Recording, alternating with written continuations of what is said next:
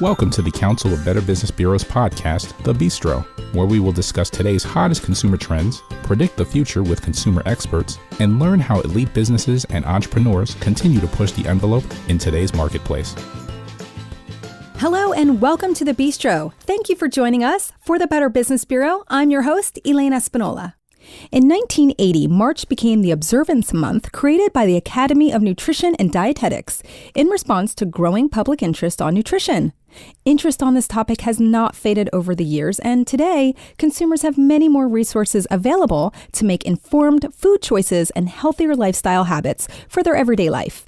Here to share information and have a discussion with us on the topic is Robert Morton, co-founder of Territory, a meal delivery service that combines nutrition advisors, local chefs, and hundreds of sourcing partners together to provide a custom experience that is convenient and healthy.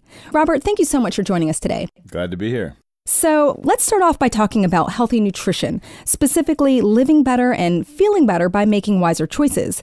Do you think it's difficult for your average family to make good choices, or would you say it's become easier now that there's more options and, there's a trend in convenient, healthy meal delivery services and also with social media, kind of putting that all out there? Yeah, I'd say it's sort of, in some ways, it's the best of times and worst of times. People have, on the one hand, we have in front of us lots more information. Awareness is at a much higher level, I would say, across the board on the impact of eating better.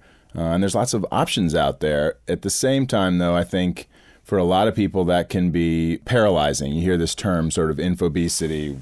Boy, we've got so many choices in front of us. How do I do something? And then at the same time, once people decide to make some sort of a change in their eating, what's tough, I think, is figuring out how to stay with it. All right. Against a backdrop that I think the average bear says, I feel busier than I ever have been. Whether we're busier or not, who knows, but we feel that way. And so you put all those things together and you say, tons of options, need to figure out how to make choices about where I'm going to go. And then the challenge of executing and fitting it, whatever you're doing, into a busy life. I'd say in some ways that makes it harder, but if you can find a way to navigate through all of that, there's a lot out there to help people on lots of different fronts and see really amazing impacts when you dial those things together in your life. Yeah, well, you're absolutely right about that. Myself included. I'm sure many people out there, you want to start making healthy choices.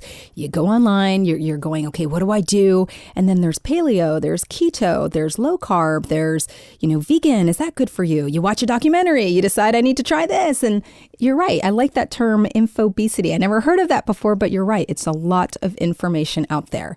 And then, what works for one might not work for another. And so that's another thing. So as a consumer, you're trying to figure out what works best for you. Yeah, we think about it a lot as trying to keep it as simple as possible. The term I've has been found helpful with folks is we're really trying to help you eat the outer ring of the grocery store, fundamentally, right? If you can stay where most of the whole unprocessed foods are and spend less time in the inner part of the grocery store where stuff is more likely to be packaged, et cetera, that's a good starting place for a lot of people. And then as you figure out what works for you, then it's easier to say, okay, well, you know what? I've found that certain things work for me. I'm going to go experiment with something that's a little bit more specific. Mm-hmm. And as you mentioned, some of those things out there can be across a pretty broad spectrum. Sure. If you listen to focus around the specifics of a ketogenic diet versus the specifics of a macro-based diet, they can in some cases feel very contradictory. Mm-hmm. And so for people, being able to anchor around an idea that says, all right, I'm going to start by taking things out of my diet and see how I feel and get a sort of baseline. And often they see such meaningful improvements about how they feel, how they look, how they perform, that it gives people a real kickstart. Whereas if you say, all right, I'm going to consider the fine details of 6 different dietary approaches, that can be overwhelming for people. Sure. Well, let's talk about how people can enjoy it, because it's one thing to decide, you know what, I want to make healthier choices. But I think something else that holds people back is the idea that, am I going to enjoy eating kale and Brussels sprouts and the outer layers of the supermarket? Because maybe that wasn't really their habit. And so how do people make and sustain a change in their healthy diet and enjoy it? Yeah, it's a really good point, and we think a lot about this idea of finding a food mix that works for you and then having a really good time doing it. We have an advisor that we work with sometimes, and he always says, you know what? if it doesn't taste good, I'm not going to put it in my mouth, period. And particularly for this idea of how do I sustain a change over time, I get asked a lot about what's the biggest obstacle for people. And there are many, but I would say the biggest single one, particularly over time, is boredom. Yeah. Just think about it. Right. Any source of food in your life, the lunch place you found down the street from where you work, your own cooking if you're trying to cook in a more healthful way, someone else's cooking that's a frequent source in your life. Doesn't matter how good they are. Over time, you're going to get used to their moves, you're going to get bored, and you're going to look to other choices. And so this whole idea of there's a big important part to play for, do I just simply enjoy it first? Right. And then second, do I find ways with my eating mix to work in variety? We hear that over and over and over again. It's one thing to make a change to sustain it.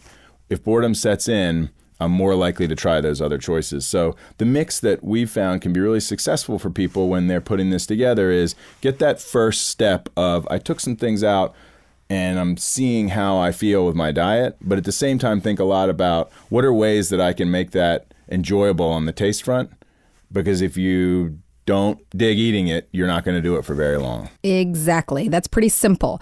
So I want to hear about Territory, specifically the mission behind it, how it works, but also as the co-founder, you started this and founded this company based on a passion and how you changed your life and how you felt. Tell us a little bit about that as well. Yeah, absolutely. So for most of my 30s, I was not altogether all that dialed in on either eating with much intention or moving all that often. And then all of a sudden, as I got to the end of my 30s, I figured out a different route on both of those, started working out more and started eating better. And all of a sudden, I had this radical shift in my life. I lost 40 pounds. I felt better. I slept better. I was having better success at the gym. And for me, it also caused me to think differently about everything up to and including I left a big, different career path and decided, boy, I'm going to join together with a longtime friend and colleague and try and help other people have the experience that I had. And people ask me a lot about that, and I always say to them, fundamentally, if you can dial in your eating and your moving a little bit better than today, crazy good stuff can happen in your life. And that has certainly been true for me. I saw the world differently, and I decided I'm going to go make this shift. But not everybody's going to have that kind of a radical change. There's lots of spots along that spectrum. But from the beginning, myself and my co-founder and business partner, it's always been about, can we help you eat better and have a good time doing it? Because we know that if you do that and you can sustain that change over time, these awesome things happen in people's lives. And that's very motivating for us on a day-to-day basis. Look, starting anything new is hard. Yeah. And you need things that are going to carry you through those tough stretches. And that sort of motivation to help people make that happen is a big thing for us. Yeah. Well, congratulations. I always find it inspiring and amazing when people can take their passion and their life change and put it into work and help other people too. It's just a win-win. Yeah, it's been really rewarding for us. And it's certainly guided our hand in thinking about what is the organization that we want to build to support people all around that same idea of, yeah, we want to make your life simpler and easier, but it's got to be enjoyable at the same time. Got it. Well, now talk to us then about Territory and how that works. How do you make that work for people? Yeah, fundamentally, we are about prepared, fresh, delivered fresh food that people can order from us ahead of time and easily integrate into their busy life. So at its simplest level, it's really all about, can we provide people an option when they're looking at their food mix for the whole week upcoming? They can say, all right, I know that I can go get unquestionably healthy food from this resource and plug it into the mix that I'm doing, whether that is I'm cooking at home, eating out sometimes, I'm at work. So they order from us ahead of time, and they are getting food that they know fits with the unquestionably sort of health-focused nutritional approach, but also is going to taste really good. And then they get that delivered the following week. And so unlike services that are focused a little bit more on get you food in the moment, like I want a meal tonight, we really focus on helping people with, hey, I'm trying to plan my week for the next week. I want to make sure I have a collection of meals that fit my game plan.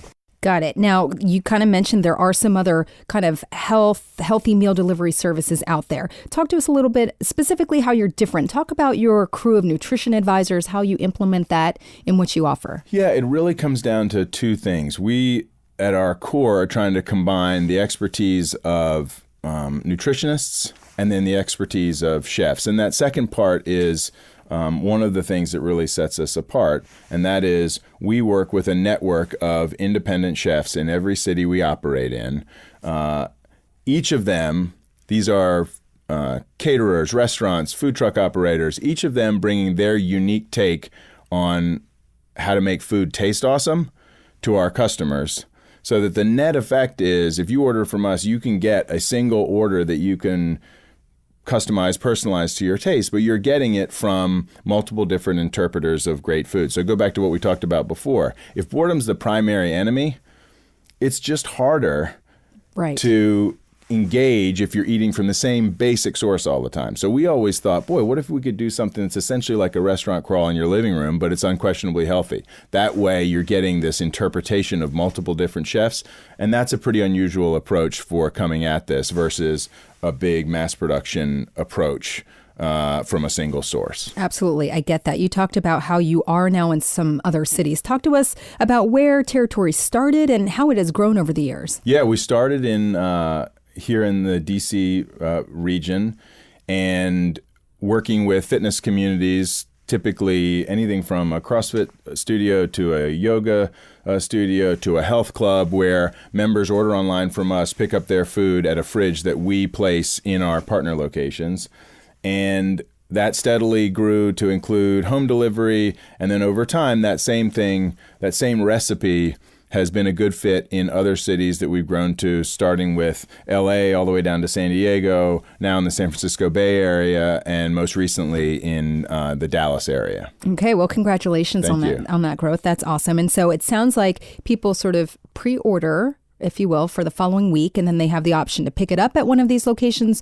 Can they also get them sent to their home? So we do two things. Yeah, one is you order ahead and you are a member at a fitness community. You're going there anyway, and it's a really convenient solution for people who are already thinking about different nutrition. And then the other alternative is I choose to get home delivery within the local market that we serve. And so some of our customers will do that. And then some people who are not members at the location, but it's convenient to their house, will prefer pickup, and so will go that route. Gotcha. Well, it almost seems that subliminally it helps people get that kind of exercise. I mean, if you're going, well, hey, I see you want to, eat better, you can pick it up at this CrossFit gym, and it kind of gets them in there as well. Was that kind of part of the plan, or that's just happened? We started in the fitness community because it's a place where people tend naturally to be thinking about nutrition change. But what's been so gratifying is these cool stories of where you'll have somebody who wasn't a member at a fitness community but started picking up, and when they would go to pick up meals, they would think, oh, well, maybe I'll give this a try. And so we have these fun stories from people where we're helping them with their food mix, but in some cases helping them get exposed to a new kind of fitness, whatever that may be for them. There's lots of different ways to move, and we're happy when people are doing any of them. Yeah. Well, hey, let's talk about your philanthropy. I know you have a program called the Give Back Program. Tell us about that. Yeah, from the very beginning, when it was just the two of us putting this together, we thought, it's just the two of us putting it together. Who's going to stop us? We want to do something that weaves giving back into the sort of timbers of the organization right from the beginning. And so we chose this program that takes a portion of our proceeds to fund the work of nonprofits in cities that we serve who are trying to tackle food access. How do we get and improve access to really high quality food across the socioeconomic spectrum?